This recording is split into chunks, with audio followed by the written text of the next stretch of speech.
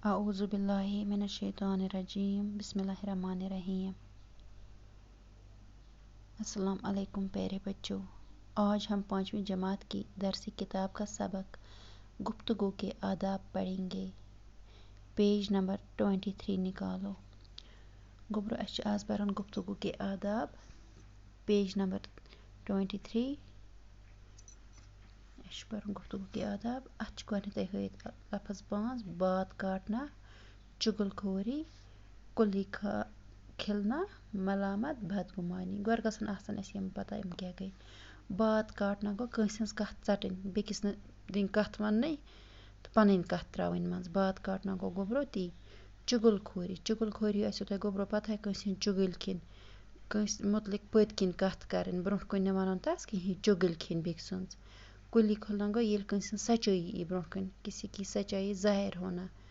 ये कंस सच्चाई ई ब्रोह कुन सच्चाई गो पोज। मलामत, मलामत गो बुरा बुला कहना, गलत कंसन की वन। बदगुमानी, बदगुमानी गो गलत फहमी, कंस इंसानस मुतलिक गलत फहमी गसन।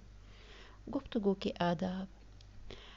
हमेशा मुनासिब आवाज़ से गुफ्तगू किया करो।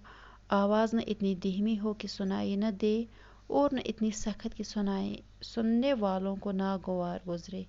बोलने में इस कदर जल्दी न करो कि दूसरे को बात समझ में न आई, न उस कदर रुक रुक कर बोलो कि सुनने वाला का जी उकता जाए।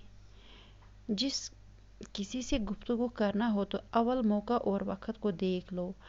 बात कैसी ही अच्छी या ज़रूरी हो, लेकिन बे मौका या बे वक़्त कहोगी तो ज़रूरी बुरी मालूम होगी।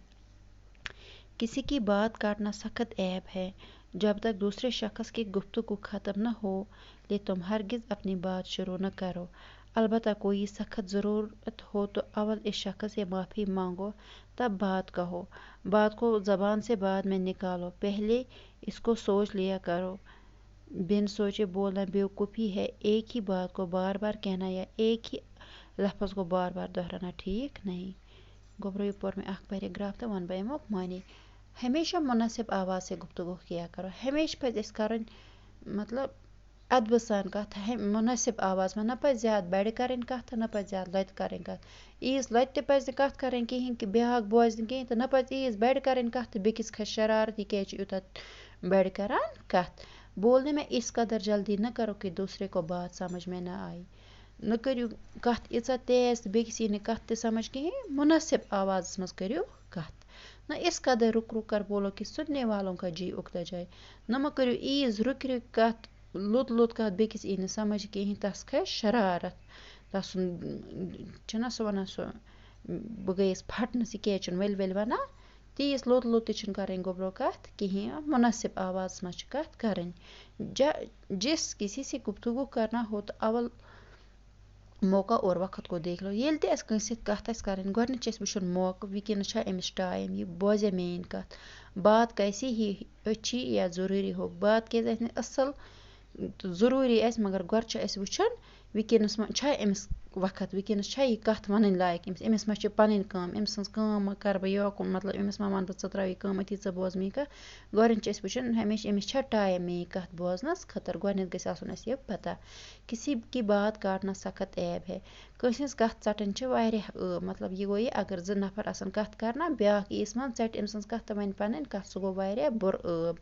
किसी की बात काटना सख्त ऐब है। जब तक दूसरे शख्स की गुफ्तगू ख़त्म न हो ले तुम हरगिज़ अपनी बात शुरू न करो।